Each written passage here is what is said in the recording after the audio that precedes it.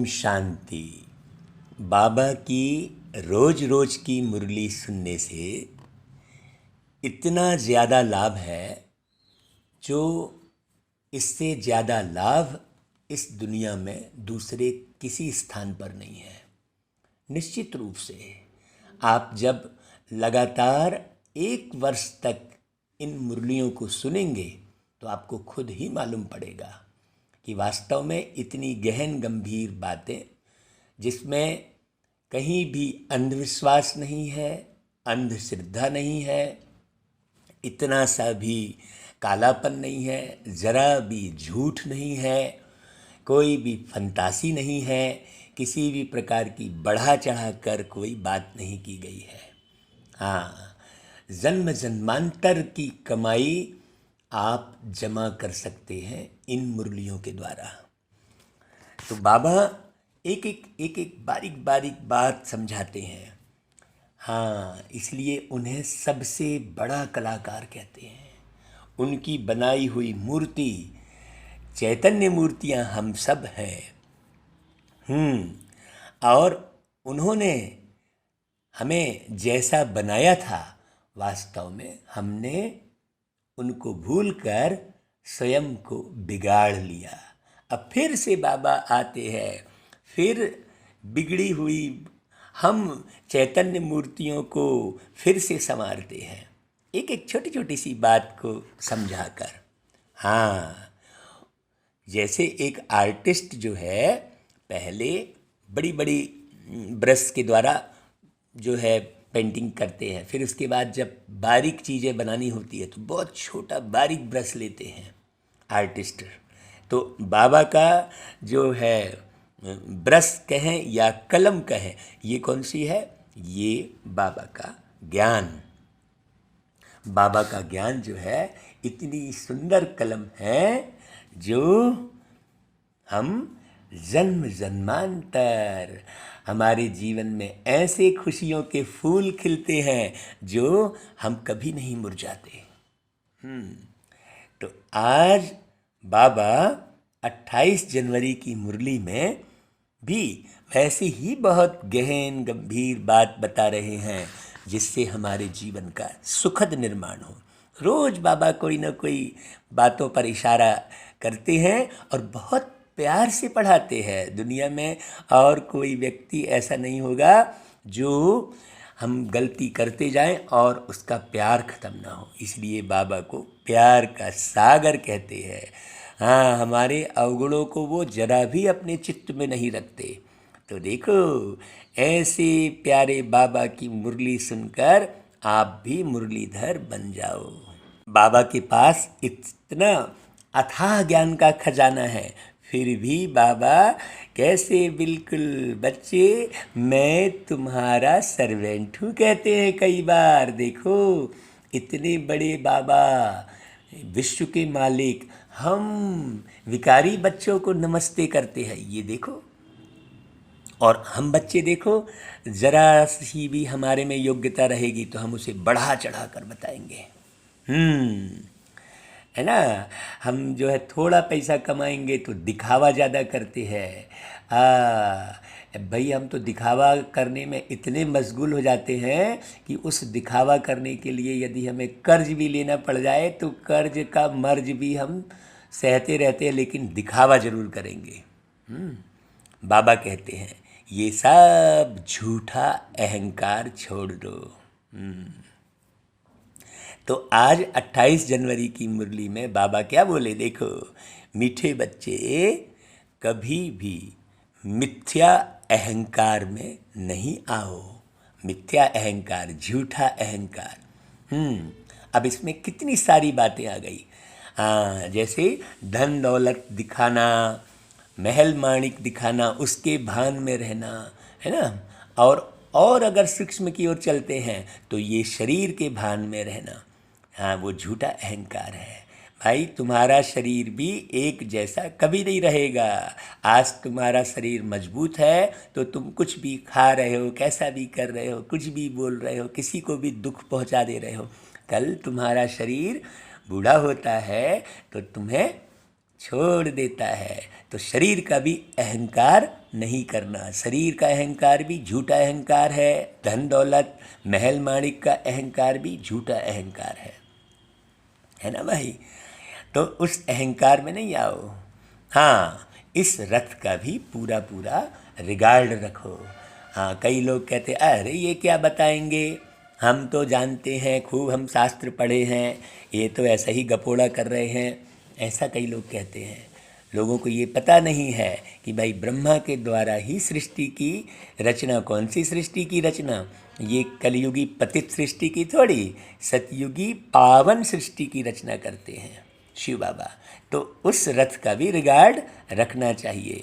और इसमें एक सूक्ष्म बात और समाई है, अपने इस रथ का भी रिगार्ड रखना चाहिए। इसमें भी उल्टा सुल्टा कुछ भी खिला रहे हो तो ये भी इस रथ का माने अपने शरीर का भी डिसरिगार्ड कहलाएगा, है ना भाई। हाँ, अच्छे से शरीर को नहीं रख रहे हो, बीमार कर दे रहे हो बार बार। भाई तुम बैठे हो शरीर में, तो शरीर का भी पूरा पूरा ख्याल रखो। इसमें दो बातें हैं, एक तो जिस तन में बाबा आए हैं उस रथ का भी पूरा रिगार्ड रखो, और तुम जिस तन में बैठकर मुरली सुन रहे हो उस तन अर्थात उस रथ का भी पूरा पूरा रिगार्ड रखो, है ना भाई। हाँ, बाबा इशारों में बात करते हैं। अच्छा, फिर प्रश्न, तुम बच्चों में पद्मा पदम भाग्यशाली कौन और दुर्भाग्यशाली कौन? हाँ, पद्मा पदम शब्द लगाया है। दुनिया में 100 भाग्यशाली बोलते हैं, लेकिन प्यारे बाबा पद्मा पदम भाग्यशाली बोलते हैं। हाँ, दुनिया में तो एक भाग्य को एक बांध दिया है, 100, बस 100 से ऊपर भाग्य नहीं है, ऐसा कर दिया है। लेकिन प्यारे बाबा हाँ, 100 और 1000 और लाख और करोड़ और अरब खरब की बात नहीं कर रहे बाबा। बाबा पद्मा पदम भाग्यशाली की बात कर रहे हैं। सोचो, बेहद का बाप है, कैसे शब्द बोलते हैं। हमने तो 100 भाग्यशाली के अलावा कोई दूसरा शब्द कभी सुना ही नहीं था। ये तो बाबा की मुरली सुनी तब मालूम पड़ा। तो पद्मा पदम भाग्यशाली वही कौन है? जिनकी चलन देवताओं जैसी है। हाँ, जो सबको सुख देते हैं वह है पद्मा पदम भाग्यशाली। और जो इतनी सुंदर मुरली सुनने के बाद, इतने अच्छे जीवन साथी मिलने के बाद, जीवन साथी बन गया भाई हमारा बाबा, हाँ, और फेल हो जाते हैं तो फिर उनको कहेंगे दुर्भाग्यशाली। अभी बाबा कहते कोई कोई तो महान दुर्भाग्यशाली बन जाते हैं, वह सबको दुख देते रहते हैं। देखो, है सुख देना जानते ही नहीं है। बाबा कहते हैं बच्चे अपनी अच्छी रीति संभाल करो। हाँ भाई, अपनी अच्छी रीति संभाल करो वाला बाबा उसको कितने अच्छे से बात कर रहे हैं। सबको सुख दो, लायक बनो। देखो, सबको सुख देना ही अपनी अच्छी रीति संभाल करना कहलाएगा। अगर आपने एक को भी दुख दिया है तो आप अपनी संभाल नहीं कर रहे हो कहलाएगा। क्यों? क्योंकि वो दुखी होकर कभी भी आपका जो है आपको बदला ले सकता है, आपका आपसे, है ना भाई। इसलिए बाबा कहते हैं सबको सुख दो। हाँ, और लायक बनो। लायक बनो मैंने सबको सुख देने के लायक बनो, ताकि तुम सबको सुख दे सको। तो इतने धनवान बनो, स्थूल धन से भी, ज्ञान धन से भी, है ना भाई। तब तो, क्योंकि आप धनवान बनोगे तब तो सबको सुख दे सकोगे। हाँ, गुणों रूपी धन से भी आप धनवान बनो, व्यवहार के धन से धनवान बनो, है ना भाई। हाँ, तो धनवान बनो मतलब केवल नोटों से धनवान बनो नहीं। स्थूल कागज के नोटों से धनवान बनते हैं। आजकल लोग तो बस केवल कागज के नोटों से धनवान बनने की फिक्र करते, उससे व्यवहार भी बिगड़ जाए तो चलेगा। किसको दुख मिल रहा है कोई लेना देना नहीं है। अब ये उसके बाद उसका परिणाम क्या होगा ये मालूम नहीं है। तो बाबा कहते हैं वो महान दुर्भाग्यशाली है जो सबको दुख देते हैं। अच्छा भाई, ओम शांति। रूहानी बाप बैठ रूहानी बच्चों को समझाते हैं। तुम इस पाठशाला में बैठ ऊंच दर्जा पाते हो। ऐसी कोई पाठशाला नहीं है जिससे इतना ऊंचा पद मिले। बाबा कहते हैं दिल में समझते हो हम बहुत ऊंच से ऊंच स्वर्ग का पद पाते हैं। भाई ये कोई फंतासी नहीं है, कई सोचे कि अरे ये तो बस स्वर्ग स्वर्ग कर रहे। भाई आप सब दुनिया वाले भी कहते हो कि फलाना स्वर्गवासी पधार गया, स्वर्गवासी हो गया, स्वर्ग सिधारा, ऐसा कहते हो। तो बाबा कहते ऐसे बच्चों को तो खुशी बहुत होनी चाहिए। अगर सबको निश्चय है तो सब एक जैसे तो हो ना सके भाई, फर्स्ट से लास्ट नंबर तक तो होते ही है ना। हाँ, तो बाबा कहते देखो अपनी ओर निहारो हमेशा, स्वदर्शन चक्रधारी सो विश्वराज्य अधिकारी, ऐसा कहते बाबा। तो क्यों? क्योंकि सब नंबरवार है। पेपर्स में भी तो फर्स्ट से लास्ट नंबर तक नंबर होते हैं ना भाई, कोई फेल भी होंगे तो कोई पास भी होते होंगे। तो हर एक अपनी दिल से पूछे बाबा जो हमको इतना ऊंच बनाते हैं तो मैं कहाँ तक लायक बना हूँ, फलाने से अच्छा हूँ व कम हूँ। यह पढ़ाई है ना, देखने में भी आता है। जो कोई सब्जेक्ट में कमज़ोर होते हैं तो नीचे चले जाते हैं। भल मॉनिटर होगा तो भी कोई सब्जेक्ट में कम होगा तो नीचे चला जाएगा। देखो बाबा उस पोस्ट की बात नहीं कर रहे हैं। हाँ, मॉनिटर होगा मतलब क्लास का मॉनिटर होगा, लेकिन अगर उसने पढ़ाई नहीं की तो यहाँ पर मॉनिटर बोल के क्या इशारे दे रहे बाबा। भाई आप अपने को लीडर बनाते हो, लेकिन अगर पढ़ाई में फेल हो, गुणों में फेल हो, बाबा की याद में फेल हो तो आप नीचे चले जाओगे। आप खुद ही आपका मन खाता रहेगा, है ना भाई। हाँ, बाबा कहते बिरला को ही स्कॉलरशिप लेते हैं। भाई यह भी स्कूल है, तुम जानते हो हम सब पढ़ रहे हैं। इसमें पहली पहली बात है पवित्रता की। ऐसा कोई स्कूल नहीं होगा जिसमें पवित्रता सिखाई जाती हो। हाँ, बाप को बुलाया है ना भाई पवित्र बनने के लिए। अगर क्रिमिनल आई काम करती होगी तो खुद फील करते होंगे। हाँ, जो भी कुदृष्टि डालेगा उसको खुद मालूम होगा, अरे मैं ये क्या कर रहा हूँ। दुनिया वालों को तो कुछ भी मालूम नहीं है। जो लेकिन बाबा का बच्चा जो पढ़ाई पढ़ रहे हैं वो अगर थोड़ा भी 19-20 करता है तो उसको बहुत तकलीफ़ होती है। बाबा को लिखते भी हैं, बाबा हम इस सब्जेक्ट में कम हैं। स्टूडेंट की बुद्धि में यह ज़रूर रहता है ना भाई कि हम फलानी सब्जेक्ट में बहुत बहुत कम हूँ। कोई ऐसे भी समझते हैं हम फेल होंगे। इसमें पहले नंबर की सब्जेक्ट क्या है? पवित्रता। इसलिए बाबा का स्लोगन है पवित्र बनो राजयोगी बनो। माने पवित्र बनकर आप राजाई का पद पा लेते हैं। मतलब आपके हाथों में कौन सा योग आ जाता है? राजयोग आ जाता है। आप जाकर दिखाते हैं ना भाई। अब राजयोग यहाँ पर किसे कहते हैं? वो भाई कोई मुखिया बनने को राजयोग कहते हैं। बाबा का राजयोग का अर्थ ही बिल्कुल अलग है। आपका पूरे विश्व के मालिक जो बाबा शिव बाबा है वो तो पूरे विश्व के राजा है ना भाई। उनसे संबंध बन जाता है। योग माने संबंध, योग माने योग्यता, योग माना जोड़। हाँ, तो आपका नफरत से संबंध है कि प्रेम से संबंध है? हाँ, आपकी कौन से गुणों से संबंध है आपको? आपका है ना भाई। बहुत लिखते हैं बाबा हमने हार खाई, तो उसको क्या कहेंगे? उनकी दिल समझती होगी अब मैं चढ़ नहीं सकूंगा। हाँ, जो भी अपवित्र होता है भाई बाबा से कहते हैं, बाबा कहते हैं देखो तुम पवित्र दुनिया स्थापन करते हो ना, तुम्हारी एम ऑब्जेक्ट ही यह है। कौन सी एम ऑब्जेक्ट? पवित्र रहने की। बाप कहते हैं बच्चों मामे कम याद करो और पवित्र बनो तो इन लक्ष्मी नारायण के घराने में जा सकते हो। टीचर तो समझते होंगे यह इतना ऊंच पद पा सकेंगे व नहीं। वह है सुप्रीम टीचर। यह दादा भी स्कूल तो पढ़ा हुआ है ना।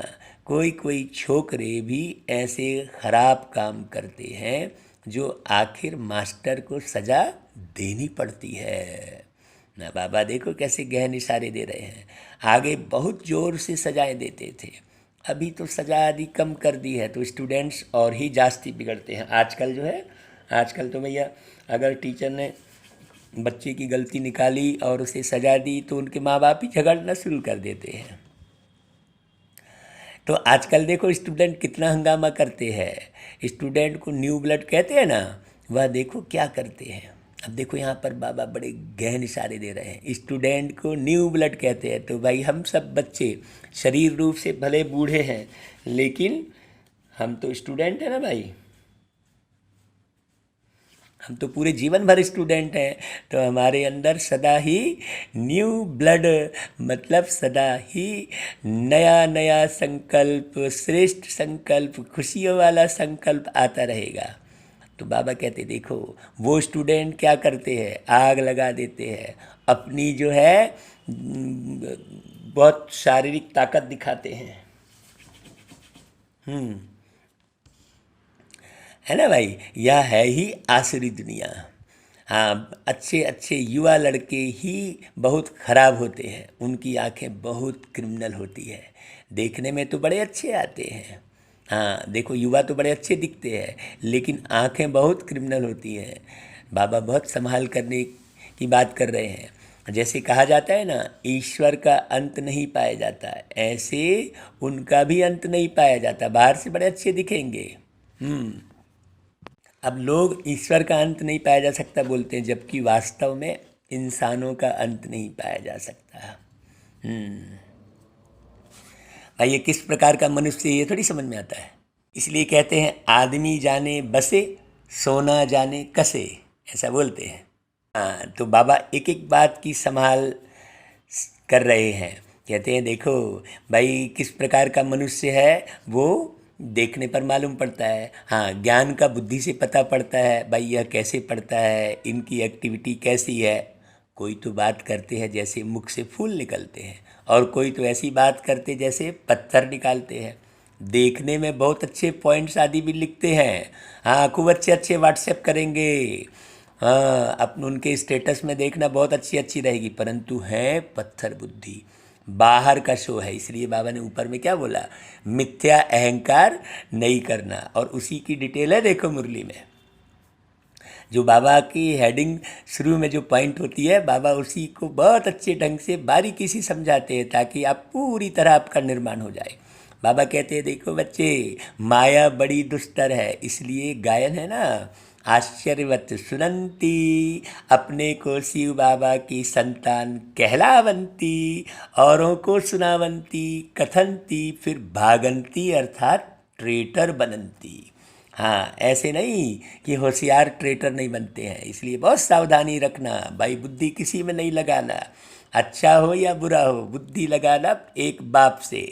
मुरली किसकी चल रही है, बाप की, इसीलिए बुद्धि किसी भी तरफ नहीं लगाना।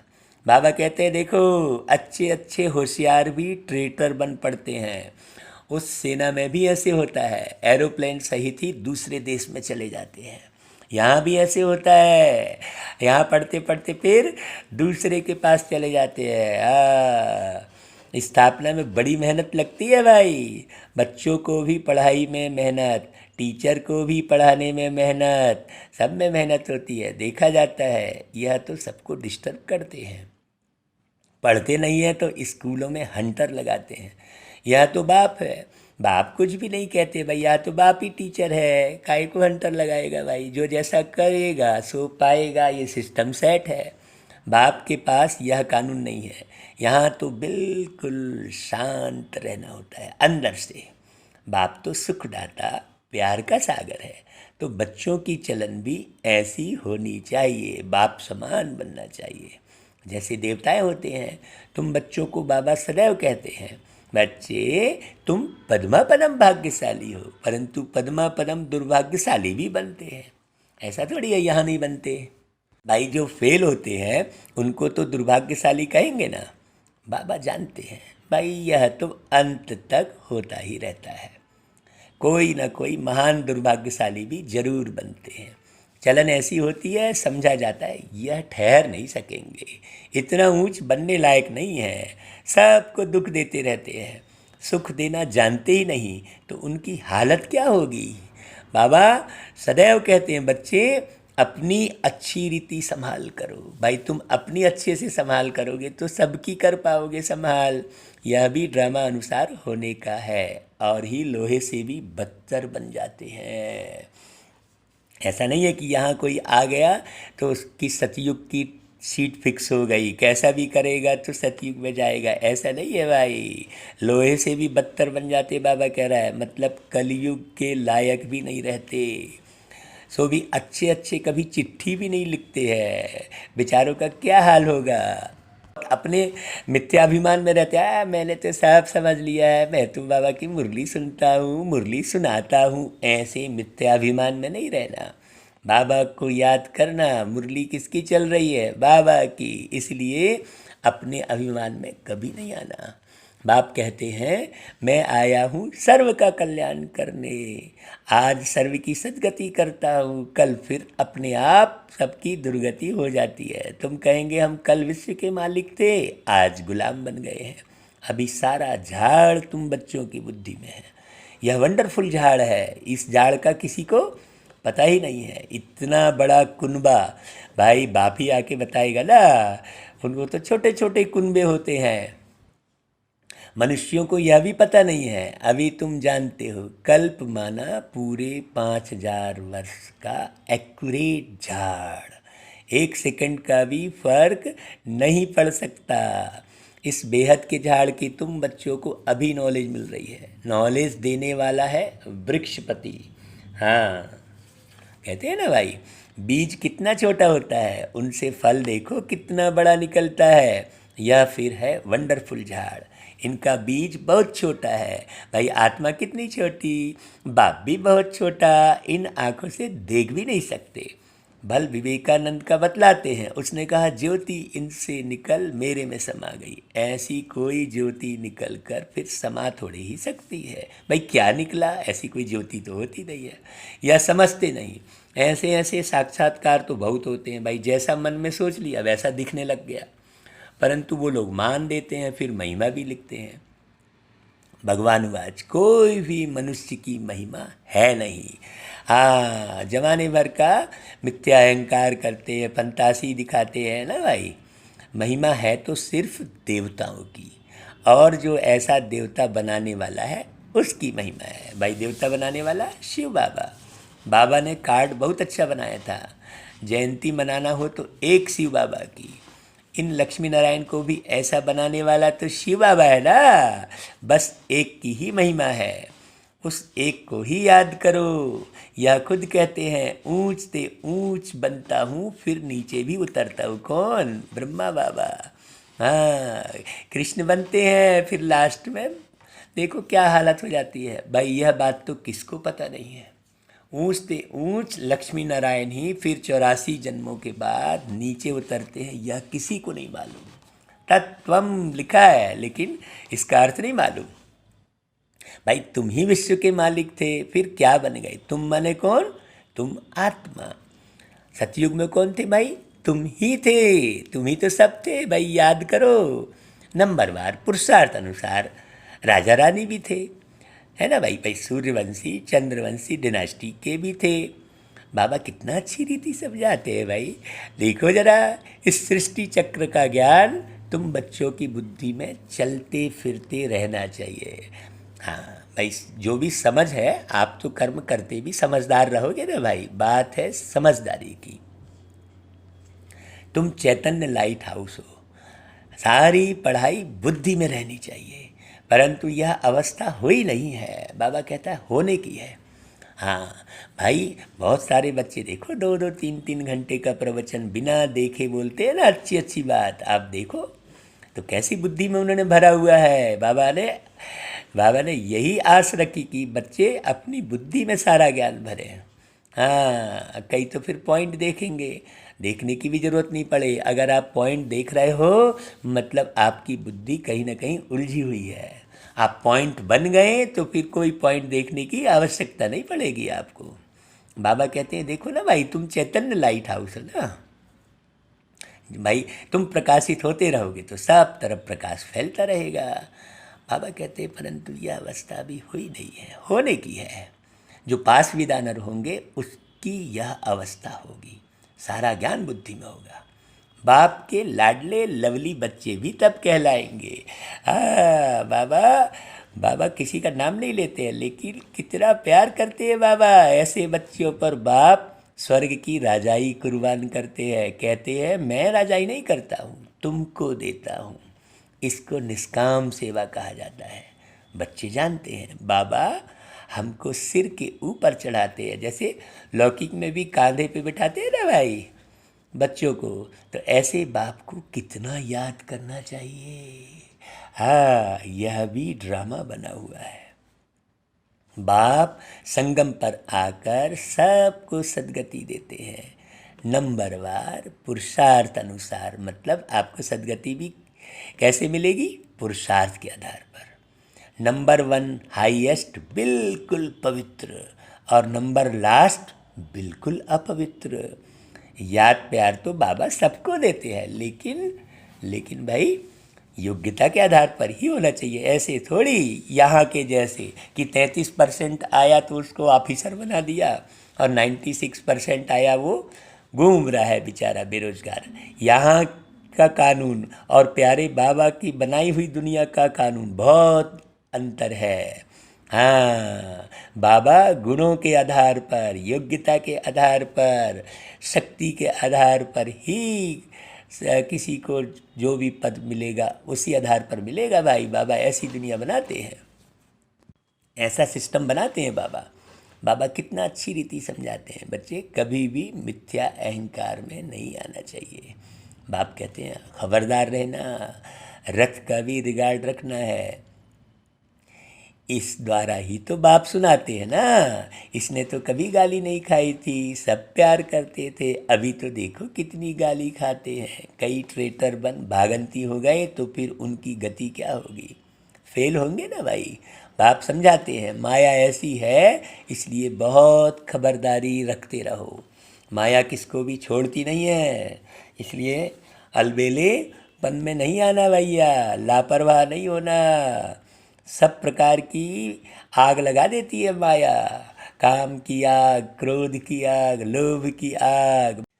बाप कहते हैं मेरे सब बच्चे काम चिता पर काले कोयले बन गए हैं। सब तो एक जैसे नहीं होते हैं ना भाई, न सबका एक जैसा पार्ट है। इनका नाम ही है वेश्यालय। कितना बार काम चिता पर चढ़े होंगे। रावण कितना जबरदस्त है, बुद्धि को ही पतित बना देता है। यहाँ आकर बाप से शिक्षा लेने वाले भी ऐसे बन जाते हैं। बाप की याद बगैर क्रिमिनल आंखें कभी बदल नहीं सकती।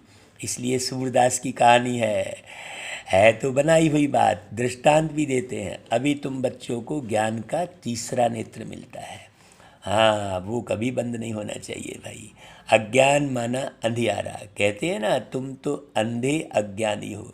अब ज्ञान है गुप्त, इसमें कुछ बोलने का नहीं है। 1 सेकंड में सारा ज्ञान आ जाता है भाई। 1 सेकंड की बात है ना। तुम शरीर नहीं, तुम एक आत्मा हो। सबसे ईजी ज्ञान है। फिर भी अंत तक माया की परीक्षा तो चलती रहेगी भाई। आप ये नहीं सोचो कि आपको कोई परेशानी ना आए, आपका मन जो है डिस्टर्ब ना हो। हाँ, इस समय तो तूफान के बीच में है ना भाई। पक्के हो जाएंगे, फिर इतना तूफान नहीं आएंगे, गिरेंगे नहीं। फिर देखना तुम्हारा झाड़ कितना बढ़ता है। नामाचार तो होना ही है। हाँ, जो अच्छे कर्म करेगा उसका भी तो नाम होगा ना भाई। अच्छी चीज़ के निर्माण में थोड़ा टाइम तो लगता है ना भाई। जैसे बेशरम का झाड़ कहीं भी उग जाता है, हरा भरा दिखने लगता है, लेकिन कोई काम का नहीं है। लेकिन बादाम का झाड़ उगने में टाइम लगता है।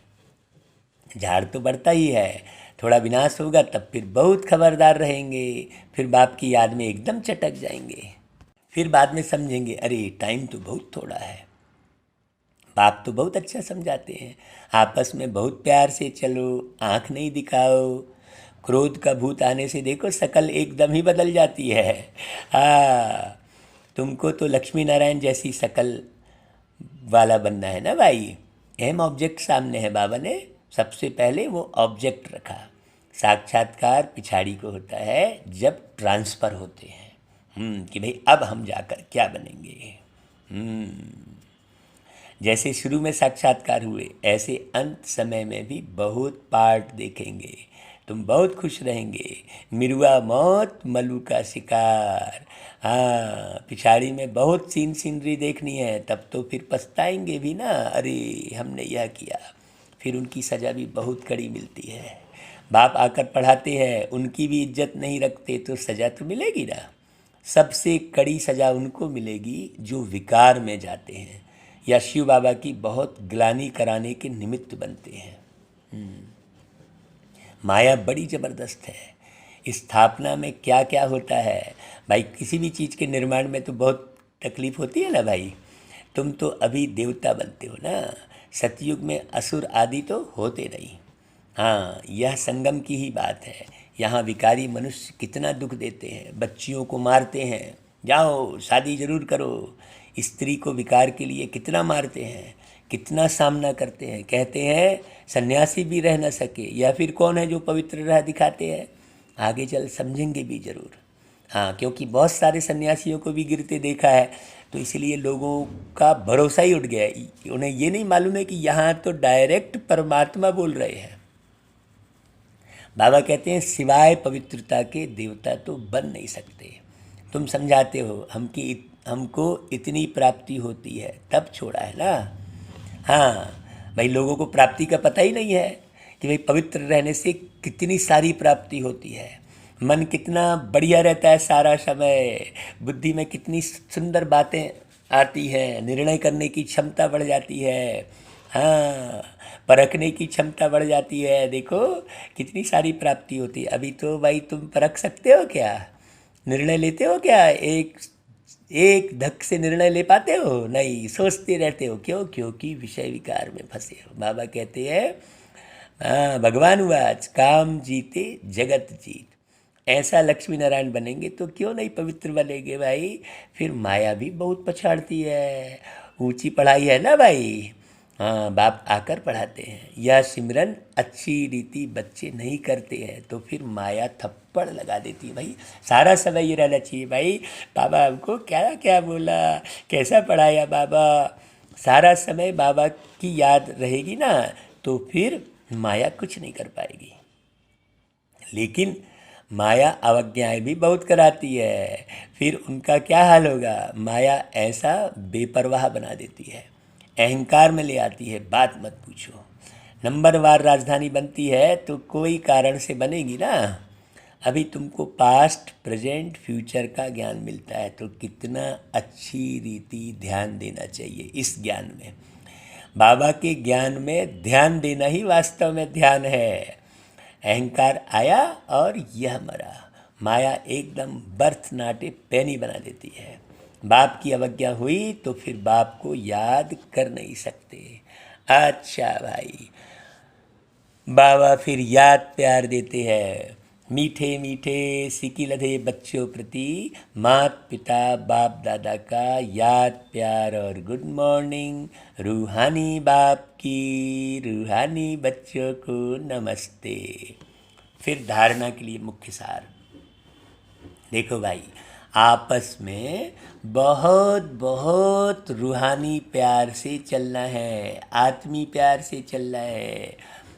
बाबा जो प्यार सिखा रहे हैं वो बहुत अनोखा प्यार है। दुनिया में ऐसा प्यार कभी नहीं दिखाते, कोई किसी को नहीं दिखाते।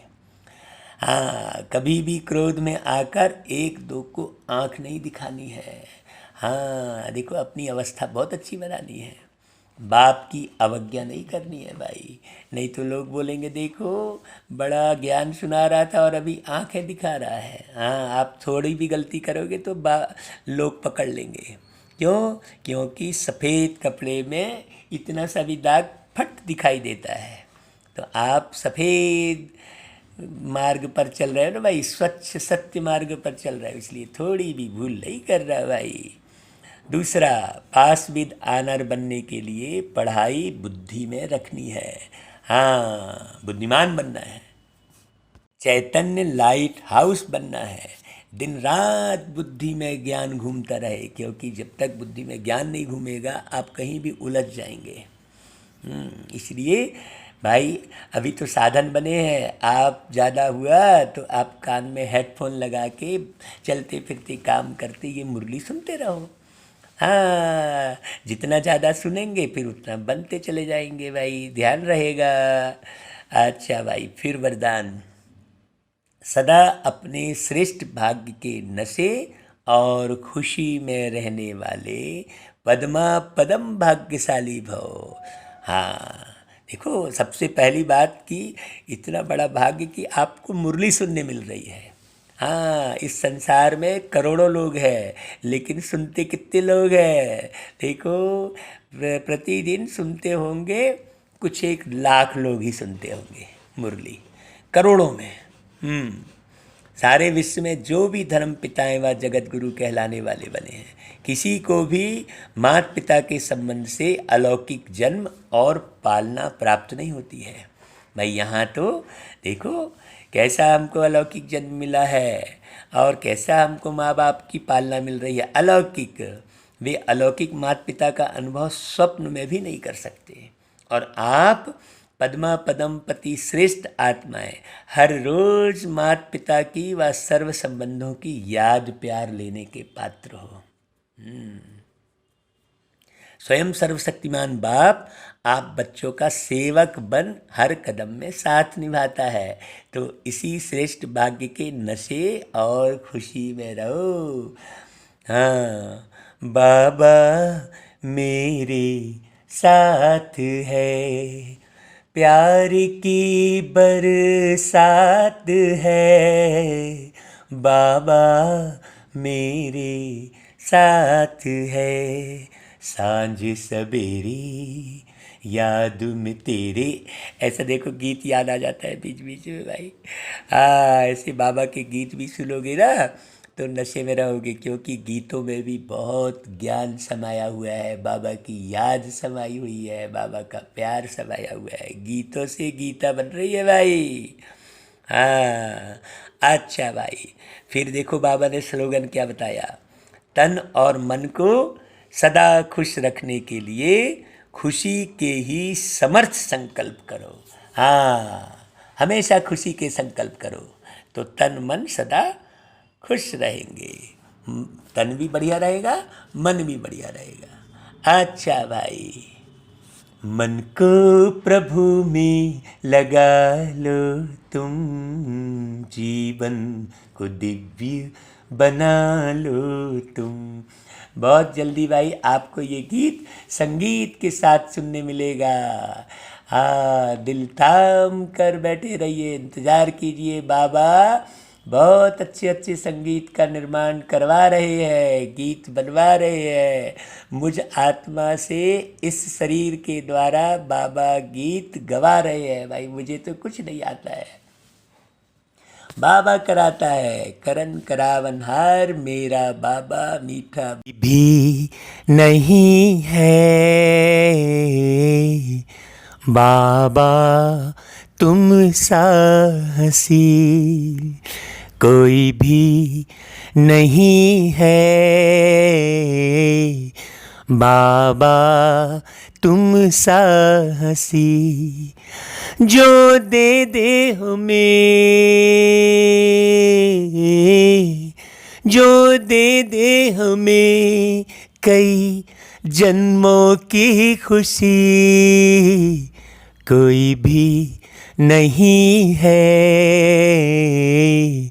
बाबा तुम सा हंसी।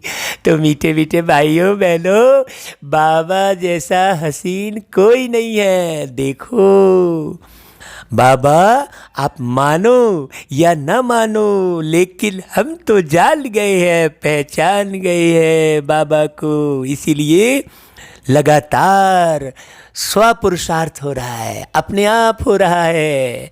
पुरुषार्थ हम कर नहीं रहे हैं, पुरुषार्थ हो रहा है। हाँ, जरा भी तनाव नहीं है। कितना हल्का बना दिया बाबा ने, कितना लाइट बना दिया बाबा ने। आप मानो या ना मानो, ऐसा बाबा फिर नहीं मिलेगा। देखो दुनिया में तो देखो साइंस का जो आविष्कार हुआ, तो दुनिया में साइंस का जो है दुरुपयोग हो रहा है। हाँ, लेकिन बाबा उसी साइंस का बहुत सुंदर सदुपयोग सिखा रहे हैं। बहुत बारीक समझने की बात है। सतयुग में ऐसा साइंस होगा जो दुखदाई नहीं होगा। बाबा कहते हैं बच्चे भी बटन दबाएंगे और एरोप्लेन में फुर्र से उड़ के चले जाएंगे। हाँ, संकल्प से भी स्पीड विमान होंगे। तो ऐसा आविष्कार, मतलब सतयुग जो है रिफाइंड साइंस है। ऐसा नहीं कि यहाँ साइंस कर रहे हैं, विज्ञान कर रहे हैं। भाई विज्ञान तो सतयुग में भी होगा जो बाबा निर्माण कर रहे हैं। उसके लिए बाबा बहुत बारीक बारीक विधि सिखा रहे हैं। देखो बाबा, देखो कहते हैं यमुना के कंठे पर रहेंगे, नदी का किनारा होगा। भाई आप देखो, पानी में ऑक्सीजन होता है, तो नदी के किनारे रहने पर हमें हवा के माध्यम से ज़्यादा ऑक्सीजन मिलेगी। हाँ, अभी तो लोग समुद्र के किनारे रहते हैं, समुद्र में नमक होता है। हाँ, तो देखो बड़े बड़े महानगर अभी समुद्र के किनारे बसे हैं, तो महानगर में रहने वाले लोग कितने तनाव में रहते हैं, आप तो खुद देख रहे हैं। तो नदी के किनारे स्वर्ग होगा, यमुना के कंठे पर स्वर्ग होगा। भाई कृष्ण जी को भी दिखाते हैं यमुना के किनारे। तो ये बड़ी बारीक बात है। हाँ हाँ, आप अगर साइंस के हिसाब से भी सोचते हैं तो देखो आज साइंस कर रहे हैं, लेकिन खान पान तो देखो कैसा कर रहे हैं। अब लोग जो है अब समझ नहीं पाते हैं। भाई जैसे नमक में सोडियम होता है ना भाई, हैं, चाय के साथ नमकीन खा रहे हैं, तो चाय के साथ आप नमकीन खाएंगे तो क्या होगा भाई, दूध में कैल्शियम होता है और नमक में सोडियम होता है। सोडियम और कैल्शियम सब एक साथ ऐसा मिला के देखो, यहाँ पर ना तो खान पान सही, ना तो रहन सहन सही। देखो पत्थरों के भवन बनाने के कारण, पत्थरों की सड़क बनाने के कारण, सीमेंट की सड़क बनाने के कारण लोग पेड़ों को कैसे बर्बाद कर रहे हैं। अब वृक्ष ही नहीं है तो भाई ऑक्सीजन कहाँ मिलेगी। भाई सारा दिन ऑक्सीजन नहीं मिल रही है और रात में जो है कार्बन डाइऑक्साइड ले रहे हैं। ये सब साइंस की बड़ी बारीक बात है। साइंस ने बहुत सारी बातों को सिद्ध किया है, लेकिन उसका सदुपयोग करने की बात है। सही ढंग से उपयोग करना सीखे तो फिर व्यक्ति बहुत सुंदर दुनिया का निर्माण कर सकता है।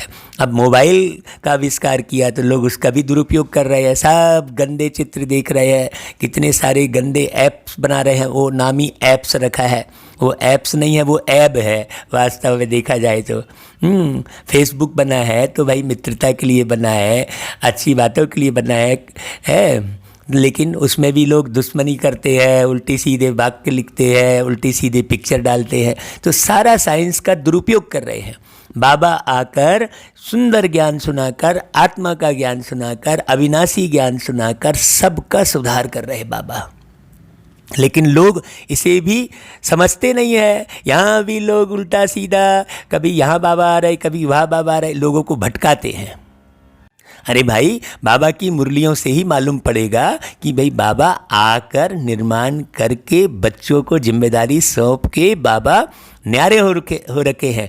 दुनिया में भ्रमण कर रहे हैं बाबा, लेकिन ऐसा थोड़ी है कि फिर नया निर्माण कर रहे हैं, फिर नए लोगों से मिल रहे हैं। ऐसा नहीं है। बाबा ने निर्माण करने की प्रक्रिया पूरी कर दी है। अब बच्चों को उस मुरली का बहुत बारीकी से अध्ययन करके और स्वयं का निर्माण करना चाहिए। तो भाई बाबा की रोज ऐसी मुरली सुनो, हाँ, बारीकी से समझो, साइंस को भी बहुत गहराई से समझो। बड़ी खुशी की बात यह है कि हम साइंस लेकर पढ़े, हाँ, केमिस्ट्री पढ़े, फिजिक्स पढ़े, बायोलॉजी पढ़े, तो एक बारीक बात लैब में टीचर हमें ले जाकर दिखाते थे कि भाई देखो ये हाइड्रोजन क्या चीज़ है तो सल्फ्यूरिक एसिड किस प्रकार से बनता है, H2SO4, ऐसा करके हमें देखो याद है वो। क्योंकि लैब में प्रैक्टिकल में किए। जो खूब सारी किताबें पढ़े उसमें याद नहीं रहेगा, लेकिन जो प्रैक्टिकल में करते हैं वो याद रहता है। तो लैब में जाके जो प्रैक्टिकल में किए, फिजिक्स पढ़े, वर्नियर कैलिपर्स पढ़े, ये सब थोड़ा थोड़ा अपना याद है देखो। और वो तो ऐसा ही जब हम बाबा की मुरलियों के ज्ञान को प्रैक्टिकल में जीवन में उतारेंगे तो बाबा हमेशा याद रहेंगे, और बाबा की याद रहेगी तो मुख में मिठास रहेगी, बहुत आत्मीय प्यार रहेगा, और जब आत्मीय प्यार रहेगा तो किसी भी प्रकार का कोई वार नहीं होगा आपके ऊपर। हाँ, तो ये बड़ी गहरी समझने की बात है। तो बाबा की मुरली को बहुत मगन होकर, बहुत ध्यान से समझ समझ कर सुनना चाहिए। अच्छा भाई, ओम शांति।